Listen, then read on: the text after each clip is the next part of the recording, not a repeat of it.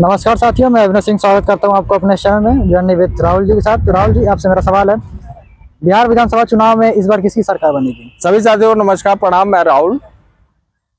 आपका काफी अच्छा प्रश्न है कि बिहार में किसकी सरकार बनने जा रही है। चूंकि मैं कोई ज्योतिषी तो हूं नहीं कि मैं भविष्यवाणी मैं कर सकता हूं, लेकिन एक अनुमानित के तौर पर मैं बता सकता हूं कि वहां पर किसकी सरकार बनने जा रही है। चूंकि आज समस्त देश की निगाहें इस समय बिहार विधानसभा पर टिकी हुई है और ऐसा कहा भी जाता है कि बिहार और उत्तर प्रदेश राज्य से ही गुजर कर दिल्ली की सरकार निर्धारित होती है।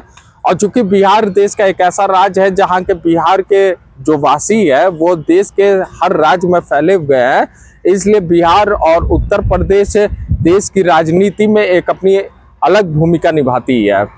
बहरहाल, अब मैं आपके प्रश्नों पे आता हूं कि बिहार में किसकी सरकार बनने जा रही है, तो मैं आपको स्पष्ट रूप से मैं बता देना चाहता हूं कि बिहार में आरजेडी तेजस्वी यादव जी वहां पे सरकार बनाने जा रहे हैं। कारण मैं आपको बता रहा हूं कि एक सहयोगी इसको कहिए कि जिस समय बिहार विधानसभा का चुनाव हो रहा है उसी समय नेता विपक्ष के द्वारा तमाम प्रकार का आरोप वोट चोरी का ईवीएम से लेकर के इलेक्शन कमीशन केंद्र सरकार पर लगती जा रही है। और वर्तमान समय में केंद्र में भाजपा की सरकार है, बिहार राज्य में भी भाजपा की सरकार है, गवर्नर भी भाजपा के हैं। यदि किसी कारणवश अगर तेजस्वी यादव जी की अगर सरकार नहीं बनती है और यदि आरजेडी की अगर सरकार नहीं बनती है, तो मेरा ऐसा मानना है कि देश में बहुत बड़ी क्रांति मच जाएगी, देश में भूचाल आ जाएगा, लाखों करोड़ों लोग सड़कों पर उतर जाएंगे और मतलब बहुत बड़ा एक आंदोलन हो जाएगा और सरकार और मिलिट्री को संभालना बहुत मुश्किल हो जाएगा। क्योंकि देखिए, इस समय नेता विपक्ष के द्वारा तमाम प्रकार का आरोप लगते जा रहा है और ये देश लोकतंत्र है। लोकतंत्र का मतलब होता है जनता का, जनता के लिए, जनता के द्वारा। और यहाँ पे इसीलिए लोकतंत्र में हर 5 साल में जनता के पास मौका आता है सत्ता परिवर्तन करने का। अगर जो आरोप विपक्ष नेताओं द्वारा लगाया जा रहा है अगर वो सही हो रहा है तो ये कहीं ना कहीं यहाँ के जनता की हत्या की जा रही है। तो जनता भी शायद अब चाहती है कि सत्ता परिवर्तन, क्योंकि वर्तमान समय में देखा जा रहा है तो विपक्ष नेताओं के पास तमाम प्रकार की भीड़ भी इकट्ठी होती जा रही है। जनता विपक्ष नेताओं के पास काफी जाती भी जा रही है। आज बिहार विधानसभा में देखा जा रहा है कि सबसे ज्यादा भीड़ आरजेडी के पार्टी में हो रही है। आरजेडी कहीं भी अपनी प्रदर्शन कर रही है तो उसके साथ जनता लगी रह रही है। लेकिन ये स्थिति 2027 में उत्तर प्रदेश में नहीं होगी, क्योंकि अभी देखिए ये तत्काल का ये मामला है वोट चोरी का। अगर तत्काल में बिहार में कोई भी अगर खेला होता है तो बहुत बड़ा बवाल मच जाएगा, लेकिन 27 आते आते ये मामला काफी नरम पड़ जाएगा और ये 27 में उत्तर प्रदेश में सरकार बदलने में काफी दिक्कत महसूस होगी। एक बात मैं और आप लोगों को बताना चाहता हूँ कि अगर वास्तविकता रूप में अगर विपक्ष अगर सरकार का परिवर्तन करना चाहती है, सत्ता का परिवर्तन करना चाहती है, तो वो वोट चोरी के साथ साथ ईवीएम को भी बैन करने का कार्य करे। तभी जनता को उसका वास्तविकता अधिकार मिलेगा, तभी जनता अपने हक अधिकार को पहचान पाएगी और सत्ता का परिवर्तन कर पाएगी। यदि ईवीएम का परिवर्तन नहीं होता है तो ये मान के चलिए कहीं ना कहीं बेईमानी हरदम होता रहेगा इस देश में, चाहे नेता प्रतिपक्ष हो चाहे नेता विपक्ष के हो, जो भी सत्ता में आएगा वो कहीं ना कहीं बेईमानी करता रहेगा। अब एक बात मैं और कहना चाहूंगा, देखिए बिहार विधानसभा में लालू यादव जी की बहुत बड़ी भूमिका है। चूंकि बिहार में सबसे ज्यादा जनसंख्या अति पिछड़ी और अनुसूचित जात और अनुसूचित जनजाति का है। तो वहां पे 2023 में सर्वे किया गया जिसके हिसाब से इन जातियों का 84% आबादी है। और ऐसा भी माना जाता है कि 1956 के बाद जब डॉक्टर भीमराव अंबेडकर बाबा साहब की मृत्यु हुई तो बिहार को दूसरे अंबेडकर के रूप में शब्द लालू प्रसाद यादव जी को माना जाता है, क्योंकि लालू प्रसाद यादव जी उनको जीना सिखाए, उनको चलना सिखाए, उनको बोलना सिखाए, उनको शिक्षा का अधिकार दिया। मतलब जिन चीजों से वहाँ के जो बहुजन समाज के लोग वंचित है उससे लालू प्रसाद जी ने उनको उठाने का कार्य किया। तो वहाँ के जो बहुजन समाज के लोग है वो लालू प्रसाद जी को एक अंबेडकर के रूप में मानते हैं, तो इसका भी कहीं ना कहीं श्रेय रहेगा। और तेजस्वी यादव जी ने वहाँ के युवाओं को जो नौकरी का वादा किया है, अभी 5 लाख नौकरी का विपक्ष में रहते हुए उन्होंने जो देने का कार्य किया था, और अभी भी विपक्ष में रहते हुए उन्होंने 10 लाख नौकरी का फाइल उन्होंने तैयार कर लिया है। तो कहीं ना कहीं देखा जाए तो आज के युवा जो बेरोजगारी से जो जूझते जा रहे हैं, तो रोजगार के लालच में भी तेजस्वी यादव जी को लाने की चाह रख रहे हैं। तो ऐसा मैं मान सकता हूं कि बिहार में तेजस्वी यादव जी आरजेडी सरकार बनाने जा रही है। लेकिन एक बात और मैं ये भी कहना चाहूंगा, देखिए वर्तमान समय में आप लोग देखिए कि भाजपा की वहां पे काफी अच्छा प्रदर्शन भी नहीं चला रहा, तो मुझे कहीं ना कहीं ये षड्यंत्र लग रहा है कि भाजपा पहले से मान रही है कि बिहार में आरजेडी के खाते में सरकार बननी चाहिए, इसीलिए भाजपा वहां काफी शांत भी चल रही है। ये पहले से तय हो गया है और ये षड्यंत्र के तहत वहां पे तेजस्वी यादव जी वहां पे सरकार बनाने जा रहे हैं।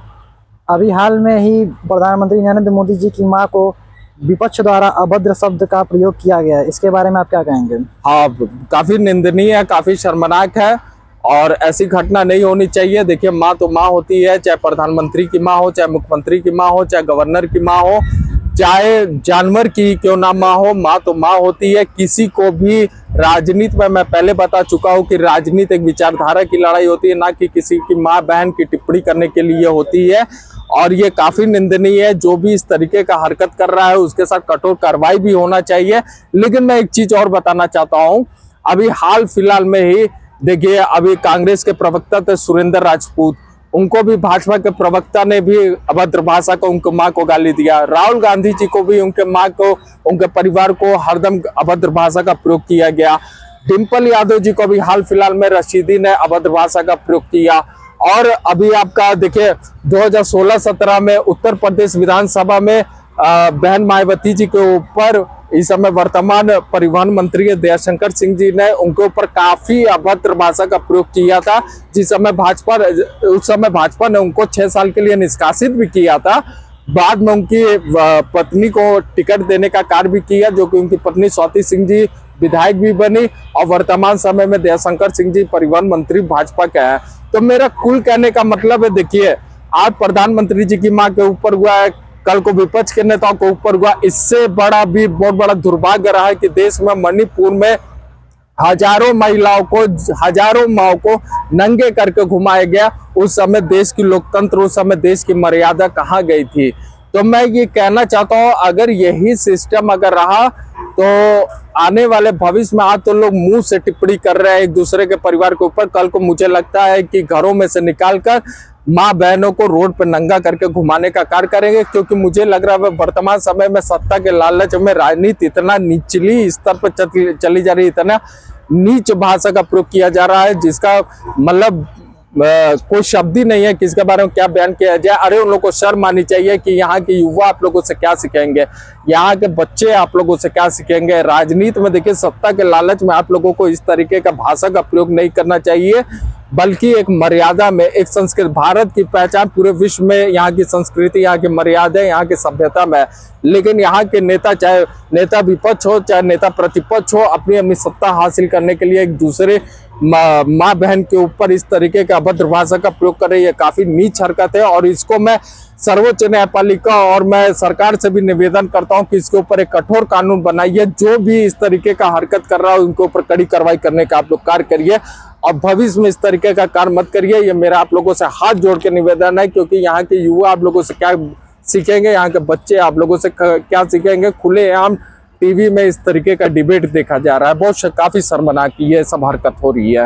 आजकल देश में राहुल गांधी काफी चर्चित होते जा रहे हैं, इसके बारे में आप क्या कहेंगे? हाँ, राहुल गांधी जी देखिए देश में काफी चर्चित होते जा रहे हैं, काफी अच्छा कार्य भी कर रहे हैं, काफी अच्छा उनका प्रदर्शन भी रहा है, मैं उनका समर्थन भी कर रहा हूँ। देखिए राहुल गांधी जी कोई नया काम नहीं कर रहे हैं। आज राहुल गांधी जी ईवीएम को लेकर के तमाम प्रकार का आरोप लगाते जा रहे हैं, बिल्कुल सही है। लेकिन जब उनकी सरकार थी तो कुछ देश की संगठन ऐसी थी, कुछ देश की ऐसी पार्टियां भी थी जो खुलेआम बहुजन की पार्टी थी, जो खुलेआम उन लोगों ने भी इसका आरोप लगाया था कि ईवीएम को बैन करना चाहिए, ईवीएम में चोरी हो रही है। लेकिन उस समय जो राहुल गांधी जी थे और भी जो प्रतिपक्ष के नेता थे उस समय सदन में हंसने का कार्य करते थे। बहरहाल अब तो राहुल गांधी जी को हो सके उनकी सद्बुद्धि आ गई हो सके कुछ उनको नया रास्ता दिखाई दे दिया हो, तो इस वजह से राहुल गांधी जी आरोप लगाते जा रहे हैं। चूंकि ये मामला नया नहीं है, 2004 से ही ईवीएम में तमाम प्रकार की बेईमानी हो रही है और वोट चोरी होती रह रही है। देखिए, राहुल गांधी जी के साथ आज देश के सबसे ज्यादा जनसंख्या में बहुजन उनका साथ दे रहे हैं। मैं बहुजन समाज के लोगों को एक ही बात मैं कहना चाहूंगा कि बहुजन समाज का व्यक्ति जो अपने आप को बहुत बड़ा सुरमा अगर समझ रहा है, जो अपने आप को बहुत बड़ा बाहुबली समझ रहा है, वो राहुल गांधी जी से एक शपथ पत्र मांगे कि यदि 2029 में या भविष्य में उनकी सरकार बनती है तो राहुल गांधी जी प्रधानमंत्री पद पे क्या कभी अनुसूचित जाति के व्यक्ति को बैठाने का कार्य करेंगे? क्या अपने मंत्रिमंडल में समस्त 85% बहुजनों को हिस्सेदारी देंगे? क्योंकि जिसकी देश में जैसी जनसंख्या उसको उतनी हिस्सेदारी भी होनी चाहिए। क्या न्यायपालिका में कोलिजियम की व्यवस्था खत्म करेंगे? क्या संघ लोक सेवा आयोग में आप अध्यक्ष पद पर किसी अनुसूचित जात, जनजाति, पिछड़ी जाति के व्यक्ति को बैठाने का कार्य करेंगे? क्या आप लोकसभा अध्यक्ष पर किसी अनुसूचित जात, जनजाति, पिछड़ी जाति को बैठाने का कार्य करेंगे? क्या आप आरक्षण के प्रावधानों को बढ़ाने का कार्य करेंगे? अगर राहुल गांधी जी इन बातों पर अगर तैयार होते हैं, अगर वो शपथ पत्र देने के लिए तैयार होते हैं मल्लिकार्जुन खड़गे जी को छोड़ाकर, उनके लिए काफी आसान है। देखिए, राहुल गांधी जी सिख धर्म में मनमोहन सिंह जी को बैठाए थे जो कि वो साइलेंट पीपल के नाम से जाना जाता है, तो उनके लिए काफी आसान है, वो दे सकते हैं। अगर वास्तविकता रूप से अगर वो देश का परिवर्तन करना चाहते हैं, देश को आगे विकसित देशों में गिनती करना चाहते हैं, तो राहुल गांधी जी को देने में कोई दिक्कत नहीं होनी चाहिए। अगर वास्तविकता रूप में अगर राहुल गांधी जी ऐसा अगर शपथ पत्र देने के लिए तैयार है तो माना जा सकता है कि राहुल गांधी जी के अंदर एक नई भावना आ गई, एक नया उम्मीद है, एक नया विकास की सोच आई। अगर राहुल गांधी जी अगर शपथ पत्र देने के लिए नहीं तैयार होते तो ये माना जा सकता है कि दाल में कुछ काला है, या तो पूरी की पूरी दाल काली है। देखिए, एक बार मैं आपको स्पष्ट कर देता हूँ कि यहाँ के जनता के पास कोई विकल्प ही नहीं है। आज जो भीड़ राहुल गांधी जी के साथ है वो ही भीड़ सेम टू सेम 2014 में नरेंद्र मोदी जी के साथ थी। जब यहाँ की जनता कांग्रेस से तंग आ गई थी तो नरेंद्र मोदी को लाई थी। आज वही जनता नरेंद्र मोदी जी की सरकार से तंग आ गई है तो राहुल गांधी जी को लाने का फैसला कर रही है, ऐसा भविष्य में दिखाई दे रहा। तो अगर देखिए, ये स्पष्ट मैं कहना चाहता हूं, अगर भाजपा जाएगी तो कांग्रेस आएगी, कांग्रेस जाएगी तो भाजपा आएगी। तो इससे बस यही होगा कि आप सत्ता परिवर्तन कर सकते हैं, ना कि आप अपनी स्थिति परिस्थिति को परिवर्तन कर सकते हैं। और अगर यहाँ के बहुजन अगर अपनी स्थिति परिस्थिति को अगर परिवर्तन करना चाहते हैं तो जितनी बातें मैं बोल रहा हूँ आप राहुल गांधी जी से मांगिए। जो बहुजन समाज का अपने आप को बहुत बड़ा सुरमा बाहुबली अगर समझता हो तो मांगिए, उनसे शपथ पत्र मांगिए और उनसे अपनी मांग मांगिए, अपना अधिकार मांगिए, अपना हक मांगिए। तो उनका 2029 में समस्त बहुजन समस्त युवा उनका स्वागत करेगा और उनको उनके पार्टी को आगे ले जाने का कार्य भी करेगा। बहुत बहुत धन्यवाद। ठीक है, नमस्कार।